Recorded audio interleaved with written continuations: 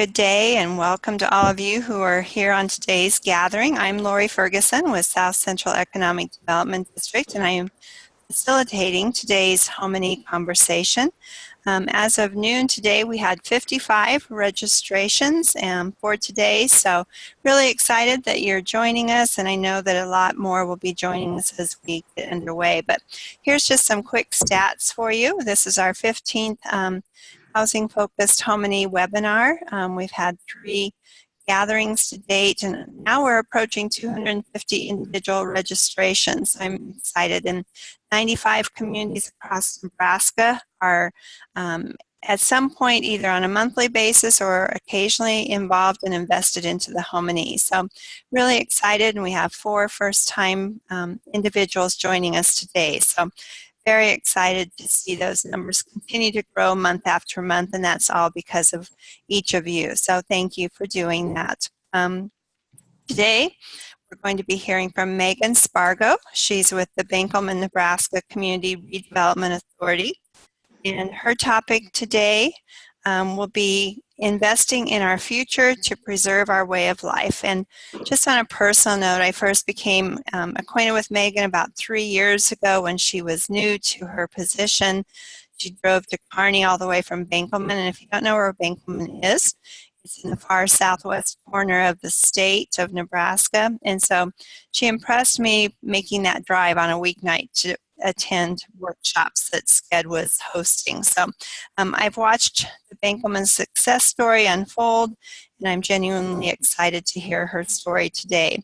So once Megan is done speaking, we'll have a Q&A time with her, and then we'll have some group discussion and some final thoughts. So, but before I turn it over to Sharon, our Executive Director here at South Central Economic Development District, I just want to take a moment and encourage each of you to get out a pen and a piece of paper, take notes, jot down questions or thoughts that you might have as you listen to Megan today.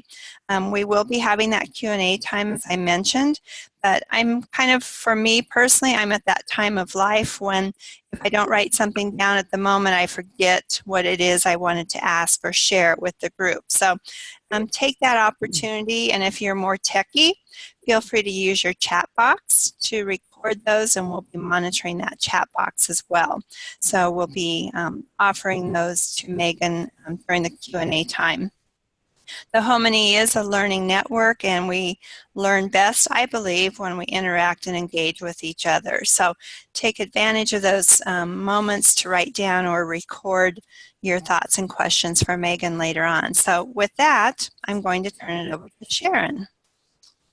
All right, good afternoon, everybody. Welcome to summer. I don't know what happened to spring. I thought maybe we would, have winter. I have a guest with me today. He's not speaking. Maybe he will. I thought maybe we would stretch spring on to about July and then have summer till about September and fall till December, but I don't think that's maybe going to work. So anyway, welcome to the May edition of the HomeNE 2019 webinar series. As you know, most of you know, the HomeNE program is a learning network geared towards housing in rural communities, providing face-to-face and online opportunities to foster interaction, engagement, and skill building for local leaders and conveners. HomeNE was established in 2017 and consists of monthly webinars and 2 gatherings a year. And so looking on your computer, you can see where all of our different participants have been from. And gosh, I was going to tell you which star was Schuyler, but I can't by just glancing at this. I don't know those counties that well, but do remember we're going to Schuyler in June next month for our gathering, and we're just believing there will not be another bomb cyclone cause that to be moved again. So SCED acts as the lead agent for HomeNE. It's intended to empower you as the participant to immediately apply what you learn. I've been telling my county boards, we hope that after every webinar, it's not like you have to attend a semester of classes. We hope every time you gain some kind of a nugget that you can carry out and put to use in your community. So as Lori said, we're going to be hearing from Megan today, and I want to introduce you to her. Megan has lived in Benkelman since 2015, and in 2016 she began working with the Benkelman CRA as their coordinator, addressing the priorities of housing, jobs, and community aesthetics. She's a member of the Southwest Development Network, a group that's finding solutions to problems unique to rural Nebraska at a regional level. And during her time as the CRA coordinator, she's had the opportunity to collaborate with other organizations and communities to push the needle in rural development. And based on the story that she's going to be telling you today, she's using those collaboration opportunities, such as the Nebraska Development Network and the HomeNE, to push hard on behalf of Benkelman. So, Megan, welcome. So glad to have you here. Thanks for the kind words, and thanks for letting me be here to share Benkelman's story. So this presentation could probably be two different presentations, but when I talk about Benkelman's story, I really feel like everyone here should kind of have some background information and get an idea of how the foundation was laid before any of these projects were able to get any traction, because really that's the hardest part. Putting ideas out for change, getting community buy-in, and preparing our community for housing or whatever project is really where most of that effort comes in. If you watched last month's webinar with Mike Knudsen and Paula Jensen from the Dakota Resources, they really brought in that iceberg theory. And as I was putting together, going over the presentation, I could really see like that's what we had to do, see what the structures that were, holding us back that were in place, and the mind shifts that we had to change, and then kind of move up the other side, put new things in place. So if you haven't watched that webinar, it was really, really valuable. And so I also want to give you a little background on myself, because that's really what took me on this journey. I'm a transplant to Southwest Nebraska. Both my husband and I were raised out of state. There was a stint that I was in Southwest Nebraska. But he was a teacher just at a Class B school. And when he just decided he wanted to move to a small town and teach and coach everything. And he was making some calls, and he knew someone in Benkelman, and he's like, hey, do you know where Benkelman is? And to him, I answered no, because weirdly enough, I did know. So I just said, no, we're not moving there. And here I am. I dug my feet pretty far into the dirt, and I got dragged here to Benkelman. And in my head, I'm a professional woman. I'm fairly educated, and I'm like, what am I going to do? What kind of jobs am I going to have? And I just didn't see what my future was going to be here. Position at the school opened up for a secretary, and I was able to begin working immediately before this really cool job came up. And over the course of the year, something really weird happened. I started to like it here, like really, really like it. And I just kind of took a look at my life, and there I am on Friday night football games, having a blast in the fall. And then I go to basketball games in the winter, and there's soup. There's soup there every time, and I can bring my whole family and feed them for $10, and we can have soup and pie and eat with my friends and watch games. And I'm just like, this is a lot of fun, and I'm making the closest friends I've ever had in my life. And then we had a health scare, and my 8-year-old daughter had a stroke. We spent a week in Denver, and when we come back from the hospital, we had meals prepared for us for weeks because people cared about my family. I have 3 daughters. They were free-range kids that they can walk to the library or to a friend's house, and they can do it safely. And I know their teachers, their principals, and it's just kind of turned out to be this like little magical place to live. And it kind of formed my why, because on the other side, I'm also seeing that there's population trends of people really leaving these rural towns. If there's businesses that don't have a succession plan, they close and leave another building empty. We're seeing our schools consolidate. And there is this underlying, feeling of people who have lived here that they don't want to change. But as we all know, change happens no matter what. And what I want to do is be intentional about the change and be able to kind of guide the direction of which our communities are going to change. And if we're not intentional about our housing and our jobs and things like that, we're endangering this way of life. And so it kind of drove me to be a champion for this area and just rural towns in Nebraska, all over the place. And so after that long introduction, I'll explain how investing in our community was really how our town has been intentional. about making sure that we preserve our way of life, our little magical way of life here in small town Nebraska. Do I have control of the screen over here? Okay, there we go. So Benkelman's community development really took hold because the leaders and the decision makers recognized that investments needed to be made in the community, in people, in time and effort, in community projects. And then through this process, we created a tool that allowed community members to financially invest in the community in ways that they wanted to. And all of this allowed Benkelman to be strategically positioned to take on any opportunities that came our way. Before something might come into town, might want to, select a site or, maybe a possibility for a grant, but we really weren't in a position to do that. And I've heard the saying that success is where preparation meets opportunity, and that's what we've seen to be the case here in Benkelman. And so investing in people, the CRA really recognized that it was time to start improving our community in about 2016. I'm sure there was efforts before then, but that was kind of when I came on board. They had reached out to consultants at the Department of Economic Development and West Central Nebraska Development District to get us started. They helped the CRA put on town hall meetings, conduct community needs assessment, and then the CRA took a chance on a newbie from out of town and hired a coordinator. And so I really want people to understand how important it is to invest in human capital.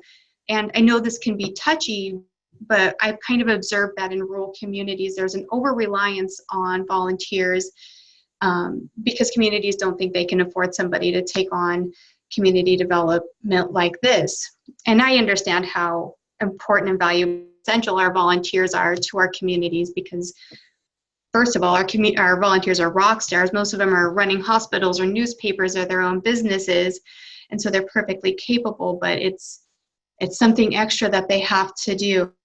And some of the most cool things in our community, like our carnival and our movie theater, wouldn't exist without the help of our volunteers. But when it comes to, in our case, community development, having a paid person in this role has been key. I'd like to tell you that the CRA struck gold in hiring me, but it's really the position that's kind of really valuable. In my case, there's a consistent and central contact that can connect businesses and resources to individuals and to organizations. And I was hired because I did have the skill set and some of the education, and because it is my job, my priority is to address the priorities identified by community members. And so investments have been made by me as well as by my employers in my professional development through webinars, workshops, trainings, and network meetings. And so the knowledge, the skill set, the network of people is kind of all compounded in one accessible area. Talking to some of the service providers, they go to a small town, they might not know who to contact, or they might go to a volunteer in this area, and it might not leave that one spot. And so in Benkelman, this is just having this role has been really helpful. I also want to acknowledge that our community just recently had invested in a rural leadership program. It was our CRA, our Chamber of Commerce, and our community foundation, as well as local employers sponsored 10 people through a program and are kind of creating the next crop of leaders to kind of take the baton into the next, generation of leadership. So all of that has been really important in paving the way. It was members of the community that identified housing as the most urgent priority in Benkelman, and anybody was welcome to sit on the committee or come to the meetings and bring solutions to the table. So the time in conducting surveys, taking time to talk individually and confidentially to business owners, provided our community leaders and the decision makers with a direction on which way to go with housing. Also with that, Benkelman was awarded the Leadership Certified Community last summer, and that took 2 years of time and effort and implementation and help from the city workers, business owners, everybody. And I don't know if I probably have some communities here who've done that or the economic development certification, but what I found was that process, probably more than the designation, really was key in laying the foundation for Benkelman to be able to take on the projects that we did. So creating an investment vehicle, one of the initial housing goals was to establish an investment club. And with the help of Cliff Mesner, the Dundee County Investment Club started taking deposits in 2017. The mission was to make investments in the community, which will be beneficial to both the membership and the community as a whole. We took that right from Mr. Mesner himself. Benkelman already has some really good foundations that help take care of our nonprofits. So the investment club really is just a tool to provide venture capital for housing projects and business opportunities. One of the most common phrases I hear is, "Isn't there a grant for that? There must be a grant for that."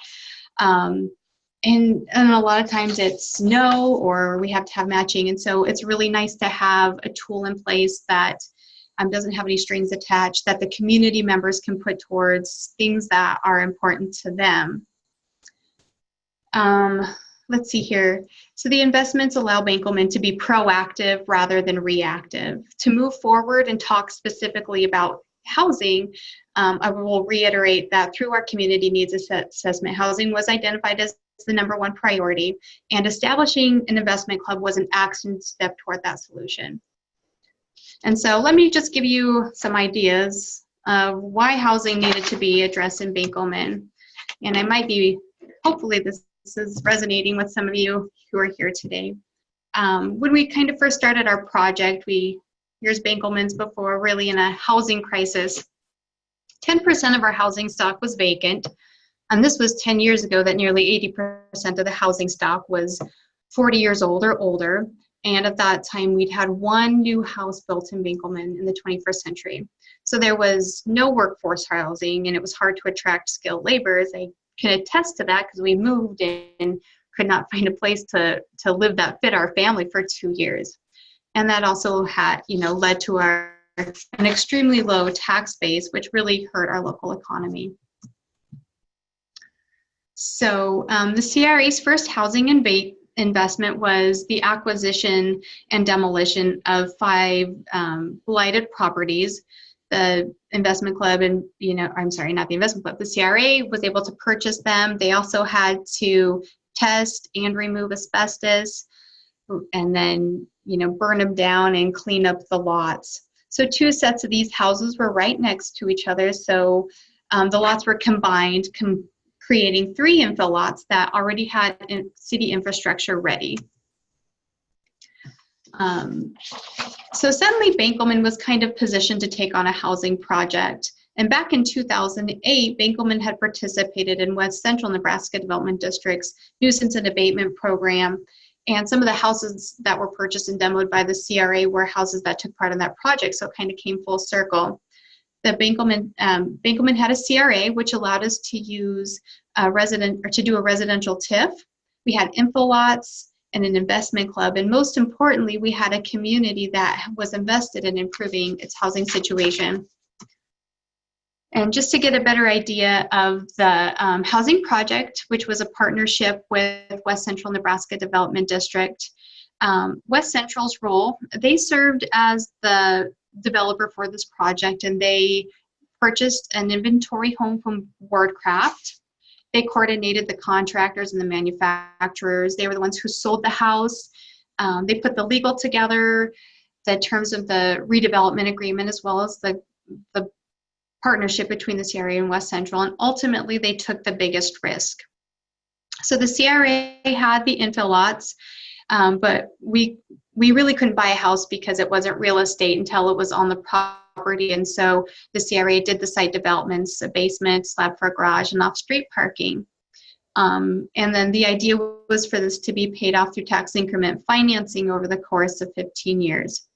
The DCIC, which is the investment club, the original intention was for them to provide $50,000 in matching for LB 518 funds that came out. This didn't end up happening, but what was nice is that we had we had that ready to go if it was needed.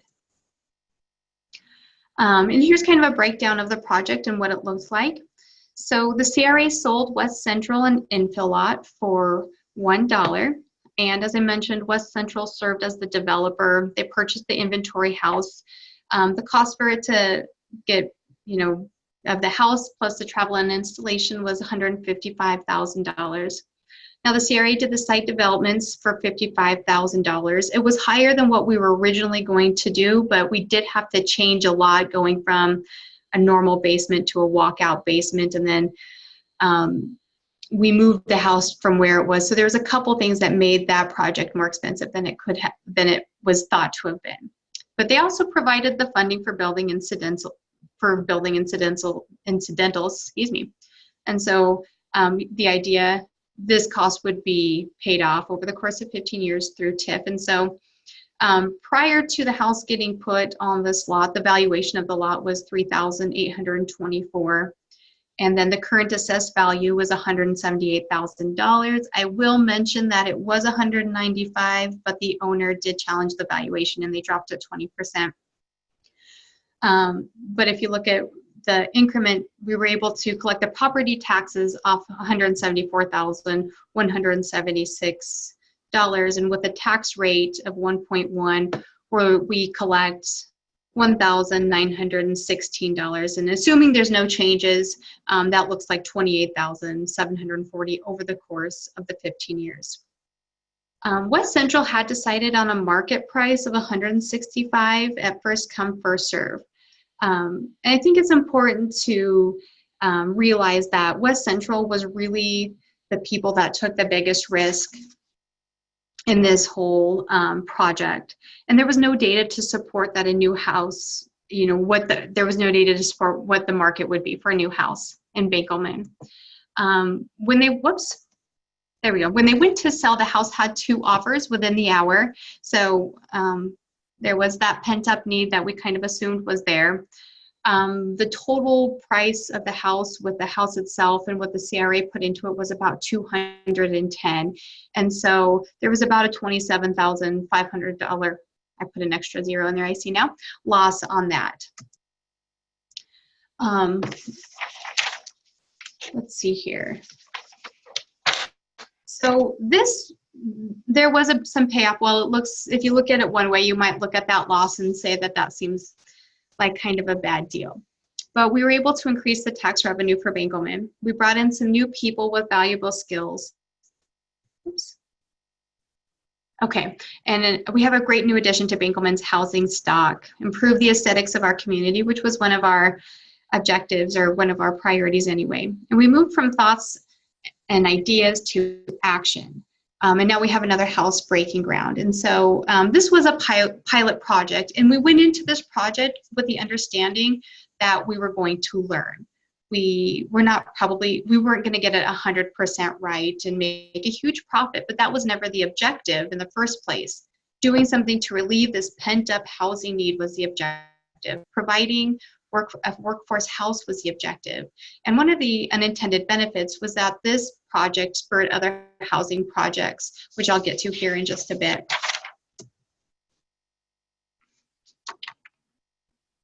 Try that again.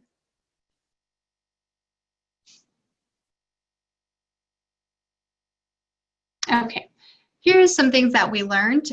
We probably could have sold the house at a market rate. And we probably could have, maybe next time we'll let the buyers negotiate for a price. But now we have something to learn from. We kind of have a template to go from. We can take a look at the terms of this project and make some tweaks so that we can make it more financially feasible here in the future.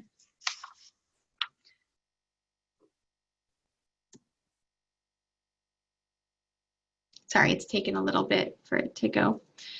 So that brings me to Benkelman's housing today.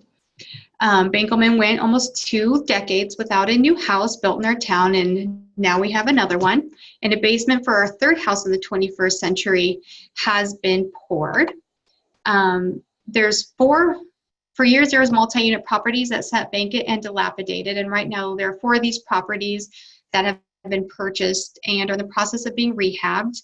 I have for this that there was supposed to be 11 new rental units this spring, which address another housing need. I'm going to have to go back and check on that because I don't think any of those are done, and I don't know if they ran into some snags along the way, but I do see some of them are still working on them. Now, since I started here in 2016, there have been 18 vacant properties that have either been removed or rehabbed, and the CRA, through CRA, private investors and homeowners themselves, taking it upon themselves to take care of a lot of these.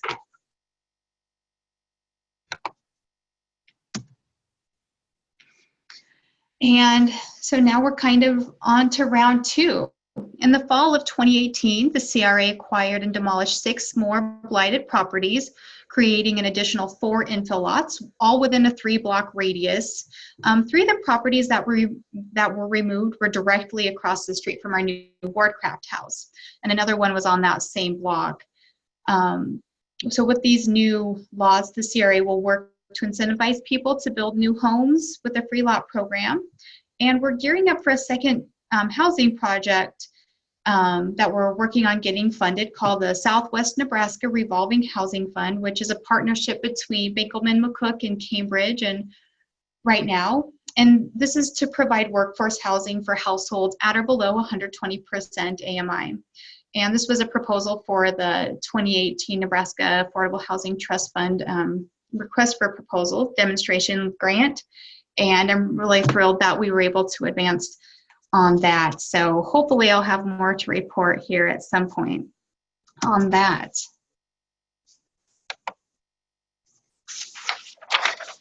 Let's see here, I think I missed one. Okay, here's just a look at some of our dilapidated properties. I don't know if you guys are like Benkelman and you have those iconic eyesores that don't have addresses, but they just have names. This were our 3 pig houses. And this was just on the way. If school buses came to do sports over at our high school, they drove right by these, and it took a long time for the owner to finally give them up. And so they were able to get demoed and the lot ready to go for new build. This is the one directly across from our new Wardcraft house. And here are 2 more dilapidated properties that have been removed. So this one on your left, directly across from our elementary school, and is on that same block as our new Wardcraft house. And the picture on your right is about 2 blocks north. And those will make some nice lots for some new housing we're really excited for. So activity breeds activity. Excuse me. Here's some of the multi-units that have sat empty for decades and are in the rehabilitation process. Hopefully soon we'll have a few more rentals open. As I mentioned, that's a huge need here. So housing tomorrow. Let me see what I have on that. This is our Collinsville edition. Roughly 20 acres that are in the blighted area, and this land was purchased by the CRA back in 2016 for $65,000. And right now there's currently 1 house sitting on the property that we're using as a workforce rental. It's always being used, and there's always a business or a ranch in town that's needing somebody to provide their workers a place to live. The final plat was approved by the Benkelman City Council in October, and over on the left side of the subdivision in the yellow part, that part has all been sold, and there's somebody right now building a house in that area. So that's kind of where we're at with Benkelman's housing story and what I have for my presentation, and I'm happy to answer any questions you have for me. Thank you. Thank you, Megan. We do have one question in the chat box. Jennifer is asking how many housing units there are in Benkelman. I threw out through the chat box as you were speaking. Okay. Your population was 840, according to the source I checked a couple of years ago. How many housing units does Benkelman have? I mean, I think it's about 450 in that area. Okay, so good, thank you. So good. So I hope all of you took my challenge and were writing down questions for Megan. as she was speaking. And the only reason I mentioned the population is this is not a multi-thousand citizen population community. This is an average size community here in rural Nebraska doing amazing things. So, so yeah, what questions do all of you have for Megan?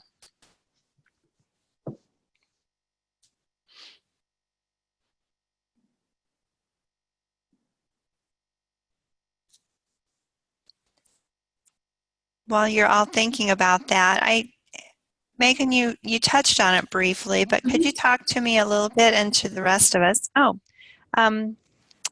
Sarah has a question for you. So let's go to the questions that are popping up in your chat box. Sure. How did you finally convince the pig house's owner to give up the property? That's a question from Sarah. Thank you, Sarah. We have to have a hand over the money. And I think that's kind of what it was in the end. I think the persistence of, asking every year, what are you going to do with your property? Are you interested in selling? Another thing was getting the right people to ask the owner. Sometimes those bridges are burned, or, you just have to find those right relationships. And I think we purchased that lot for a total of $6,000. So it wasn't a ton of money, but it was within the budget of the CRA. Okay. And Sue's asking, how well was tax increment financing received in the community?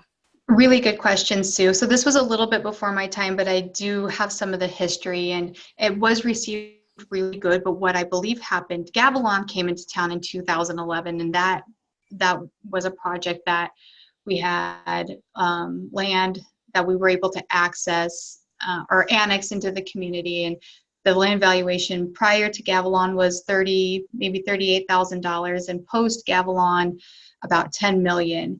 And so it was a huge project that we had to make sure, or that the people at the time wanted to make sure we got that site selection secured. And so it was really, when you heard those grumblings of the people who did not like TIF, the right people had to go talk to them and get them on board. Okay, thank you. Jennifer is asking if you have considered downtown living as part of your housing plan. It's been talked about quite a bit. Our first part is really addressing some of our dilapidated properties and getting our infill lots put into place. But there has been a family that moved into a downtown building that there was some talk during city council about how the zoning is going to work with that. I love the idea of downtown loft apartments, and it's been in my head. We'll just have to bring it to a few more decision makers there. We are looking to move forward with downtown revitalization, so that's kind of on the forefront, and that's something I'd like to bring up for that project. Thank you for the question. Okay, sure. And Sharon asks, in reference to the iceberg, she's curious what mindsets were prevalent in Benkelman and how were they addressed? Right. A big one is it's just Benkelman. And a big one was, we don't want to change. We don't want to bring more people in here. And we really just had to start retelling the narrative of Benkelman. That's probably, while we do have some projects going on, the biggest part of my job is really forming that narrative that we are a community that is winning by X, Y, and Z, and showing evidence for that. And then I think that's really why our leadership application took so long, because I couldn't, in full integrity, turn it in until things were true about our community. And so the mindsets, it was doing the BR&Es and going into the different businesses and seeing how they felt about the community and what barriers they were facing, posting different things online to show that we were winning. And this is probably, the second time in 10 or 12 years that we've had people try to push for progress, and it really just was a matter of getting momentum on our side. And now it's been able to kind of snowball a little bit. Okay, thank you. And Sue has a question for you as well. So how many businesses have been retained, or is there an issue of businesses leaving the community? what we're seeing with businesses is, and I don't know if this is true across the state, I imagine it is really succession planning. I mean, businesses don't necessarily leave because they're going out of businesses. Some do, but what we see is businesses that have been going for years and years, and the people are ready to retire, and then they just close their doors and leave without having a plan in place. And so with the Southwest Nebraska Development Network that I'm a part of, that's something that we're really looking to address. And we kind of have some outside of the box things, ways of doing that. How many have been retained?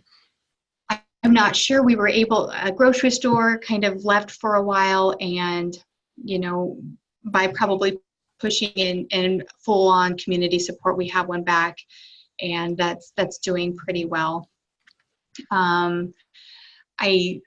I don't know how many have been retained, but I have a lot of conversations with people right now who either want to purchase an existing business or want to start another one downtown. And I think with them understanding now that there are resources at their disposal through the DED, USDA, REAP, I'm getting a lot more questions and able to point people to more resources. Okay, thank you. As a follow-up to that, then, Sue also asked, where do you see Benkelman in 5 years with revitalization and stabilization? I mean, I think it's going to be an uphill battle, but I'm hoping to at least stop the bleed of our population leaving. I see us really hitting a specific niche of people who are like me and have discovered a love for living in rural America, and being able to paint a picture of what it really looks like, not the idea that I had in my mind. And so I think there's going to be a lot of marketing that our whole entire region in Southwest Nebraska is going to start really focusing on. Okay. Good questions, guys. Keep them coming. Raquel asks that her community of Franklin has 2 businesses that wants their CDA group, which is similar to a CRA, to give them funds to help with the growing business. And she's not sure how to proceed on this, so any suggestions you might have? You know, I think our CRA has just really thought outside of the box in understanding on how we can use tax increment financing. So I would ask some of your service providers if they have some suggestions.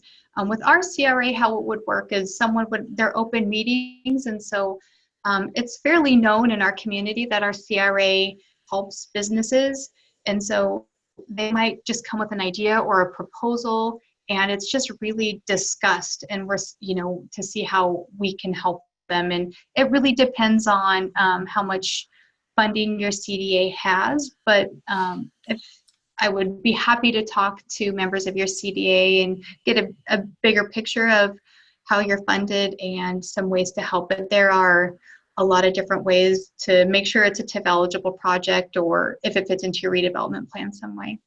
Okay. Sarah wants to know or wants you to elaborate on how you got the community behind shopping at the local grocery store so that they would come back.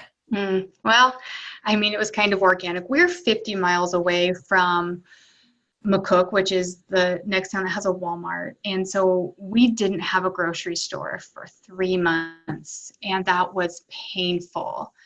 And so we did it. The owners who have this one own the one in Stratton, which is about 18 miles away. And they were really kind of they're a cool couple.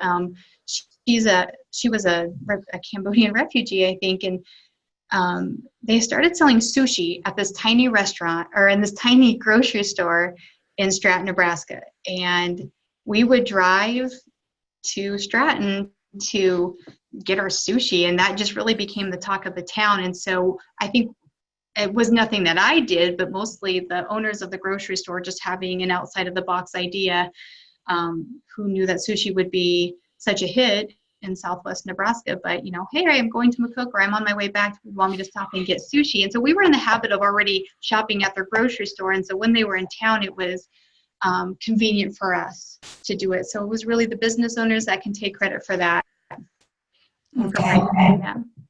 Okay. Casey wants to know if there was much pushback from bringing a house in, or does Benkelman lack local contractors? In a statement he offers is that the locals are just too busy but treat moving a house in as an act of treason. You know, you did hit it on the head. There were really no local contractors in town that build houses. Most of them do renovations. Our local contractors were brought in to do some of the plumbing and HVAC and some things like that. The cost of building a house, I don't know how it is where you're at, Casey, but it's just so expensive to get it in that price point that for us here without the tradesmen, that bringing in manufactured homes is really probably our biggest, the best way for us to increase our housing stock in our area. But there was a little pushback on random things, not necessarily that, but nothing, not a whole lot from the local contractors. Okay. Megas, you touched on it earlier, and I wanted to just ask you to elaborate a little bit on the collaboration and the partnerships that you needed or you felt were necessary, how that helped to push Benkelman further ahead. Can you talk about that a little bit? Sure. I don't think any of this really could have happened without collaboration, getting people on board. I mean, West Central came in and with the idea of partnering on a housing project, and their objective was to increase the housing stock. And without them to be able to take that risk, we just wouldn't have done it. Being on the west or the Southwest Nebraska, what did we call it? Development work. And that service providers, community leaders that just meet every couple months has been kind of a big part, because we're just able to identify different patterns within our communities that we all have in common. And then, you know, sometimes we don't always come up with solutions, but we are able to identify the barriers. And then, you know, somewhere along the line, those solutions show themselves. That's kind of what happened with our Southwest Nebraska Revolving Housing Fund. We had been in meetings since 2015, and we were able to identify our housing barriers, which were lack of capital. Our communities couldn't afford to put the upfront money for a new house in. People who are moving to town didn't want to build a new house. They just wanted to have something ready to move in. And so until, you know, we could tell the DED, these are our needs, this is what would help. If we didn't have those identified barriers, I don't think we would have been able to move forward on that. But we also needed McCook in on that because they have the population base. Cambridge had been doing housing for a while, and so I was able to draw a lot from what they have been doing and sharing, you know, their successes and their obstacles along the way. And so I think when we do that, we kind of make the road smoother for the next person to go. Okay. Thank you. Sue wants to know if there's been any thought given to building tiny homes, and could those be an option for workforce housing? Yeah, good question, Sue. One of the lots that I showed you was the one across the street from our Wardcraft house. It is a weird lot. It is really skinny and it's long, and the houses on there before were 400 square feet. So tiny houses really in and of themselves. And there has been one of the investors that he came from Colorado, renovated a house, moved into it, and he's working on another one. He would like to put some tiny houses on that lot that I think would be good, and it would probably be workforce housing as well as elderly housing. Not a lot of steps, something easy to get around. And so I think we're bringing that to our zoning board to make sure that's something that we can move forward with. And what's nice about that is that's complete. If he moves forward with this, that's completely privately funded. So that was kind of a cool thing that we're seeing happen. Okay. Karsten has a comment and a question for you. Talking with potential investors, some have brought up issues with projects taking too long and having too many people be a part of the process, such as different views, decision-making, etc. Did you see any of these issues happen? I haven't, and I'm not quite sure if you're talking about outside investors. You know, we have people from Colorado who are the ones probably buying up most of our multifamily, and we haven't had any of that. Or if you're talking about our investment club, what I see with our investment club, we're still kind of growing that fund. Sometimes there's just a difference of which way we want to take our investments. What project is taking a really long time? So there's that question of, do we do a short-term project in the meantime? But I don't feel like anybody's really thinking we're taking too long. We're kind of okay with our money just sitting and growing for right now. Different views. When we meet, we really do try to kind of come to a consensus and do something. I feel like with our investment club, everybody's kind of on the same page. And since we have a little bit of a filter to put our projects through, that usually, I think that'll help. And do you see any of these issues happen? Did you see any of these happen? Not really, not at this point.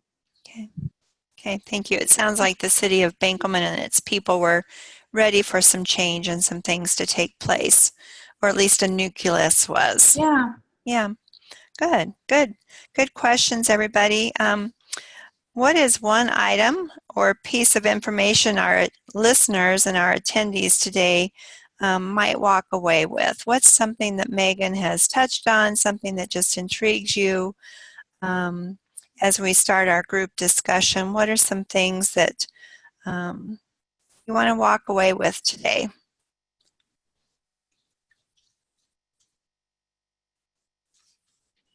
Oh, Casey is saying that there is hope, so definitely.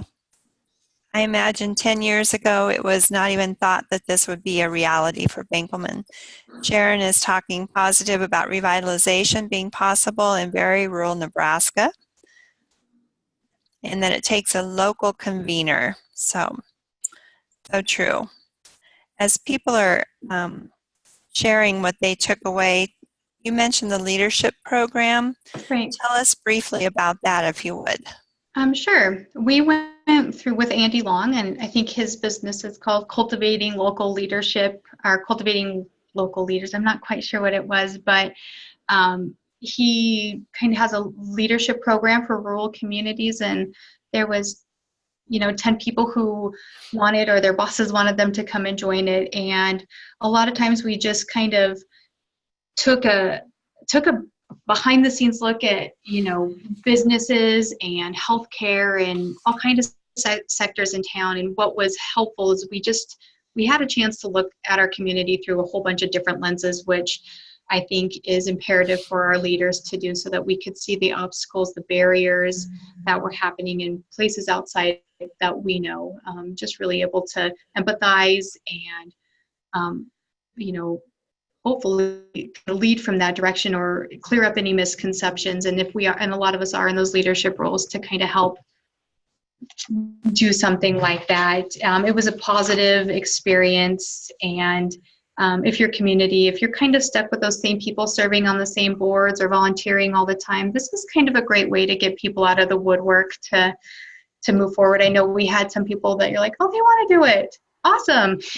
That's great. That may not have otherwise been invited. Okay, good. And just a shameless plug for HomeNE. Andy will be an upcoming speaker in a couple months here on the HomeNE, I believe in July. So keep that date circled. Raquel's takeaway from today is that it can be done. We just have to find the right leader to help us move forward. And she offers her thanks to you, Megan. And thank you. Sarah talks about the children's book, The Little Engine That Could, where the little engine kept saying, I think I can, and pretty soon he or us, we have all climbed the hill. So yes, Denise is just reiterating what Andy's program is, Cultivate Rural Leaders. So good, thank you. So as you're thinking about what Megan has shared today, what action steps have you written down or that you've plugged into that you want to just really follow up with? It's an action item for some of you that are listening today and participating. I can say I think it really started with our community needs assessment. That was facilitated by Ashley Rice-Gerlach and Kathy Bork, who was at West Central at the time. That really started to move things, and it was really inspiring to, I think, the whole community too. It just got them excited about what to do some things. So talk to your DED people or in your development districts. Okay, good. So Megan has agreed to make herself available for further discussion. So do we have your contact information on a slide, Megan, or would you like to share that? I'm sorry, say that again? Oh, do we have your contact information on a slide, or would you like to just Oh, I'm not sure. share that, or maybe type it in the chat box? Yes, I'll just type my email. Yeah, Jeff is saying that great content today and a lot to think about here in his area of the state, which is the Panhandle. So, oh, that's where I came from, so I would be happy to okay. go way up there. So while Megan is typing in her contact information, okay, Sherry is just sharing that her information is on the slides, which we always pass out to attendees in the next couple of days. So, but if you're writing it down and want to contact her immediately, it's mcspargo@gmail.com. So, okay. So before we begin to wrap up our time together this afternoon, I do want to update you on the spring gathering that we've talked about a little bit. Because of the bomb cyclone in April, who knew there was such a thing? We had to postpone the April gathering, and it will now be on June 19th, once again, at our original venue at the Schuyler Public Library. We'll be gathering for a one-day event, and I'm really excited about the lineup of speakers that we have.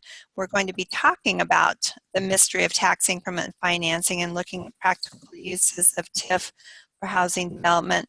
Joe Johnson from the engineering firm Olson will be our morning speaker, and he brings with him a wealth of knowledge about the utilization of TIF at the community level. So he'll be there. Tiffany Adams will be speaking during our leadership lunch and learn. And one of the things we keep hearing is leadership and conveners are so important in getting things going in our communities. So, so she'll be speaking on leadership in our communities as you eat lunch. So, and then in the afternoon, community leaders from Schuyler will be joining us and talking about their community growth, accomplishments, and housing success. Megan, you joined us in our North Platte gathering. Mm-hmm. What's something you would tell somebody who's kind of on the fence? Should I not attend? What was powerful, or what was a takeaway from you from our North Platte gathering? I mean, absolutely go. They're always really fun if that's not enough to get you to go to. But I mean, the networking, people who are knowledgeable in different areas. That was the first time I saw Mike Knudsen. He shared about the iceberg there, and I guess that just really resonated with me. The facilitation was really good. The panelists were had great content, and I mean, kind of inspiring stories. I remember hearing about Mel's talking about housing and how it affects healthcare, and the really cool solutions to their housing problems that they're doing in North Platte. People with a lot of knowledge on tax increment financing and really shifting the perception. I had so much value going to those. I've been doing South Central, your guys' programs since I first started, and I just keep going. They're always full of valuable content. Thank you. So, in other words, it's going to be a great day that we've planned for all of you, and you'll have instruction, you'll have opportunity to engage and interact with everybody, and just stuff that you can take back to your communities and begin applying. And that's really what the HomeNE Learning Network is about, to provide those items and opportunities. There is a block of rooms reserved for the evening before if you need to travel in, and that is, Sherry, help me out, Cobblestone, is that correct? She's shaking her head yes. So give them a call prior to June 7th and mention HomeNE if you want to reserve one of those rooms. So, and we do have registration open, and we are getting registrations for that day. So it's a great event. So I just put our website with the registration link. It's www.sked.us/HomeNE, and our webinar registration and our gathering registration are both live from that website. So. Okay, Perfect. Thank you. So just to fill you in on what's happening next month as part of our HomeNE Webinar series, we will be joined by Amy Hawsey of RDG Planning. She'll be discussing the missing middle. And what does that mean? Well, first of all, Amy's a community and regional planning specialist with RDG. She'll be sharing on the topic of much needed housing for our middle income workforce. She'll look at trends in our regional markets, how housing markets have changed and will continue to change in the future, as well as talking to us about strategies for addressing our community's leading housing issues. So heard her recently. It's a great presentation, and I'm looking forward to her joining us. So with that, are there any last minute questions or comments from anyone?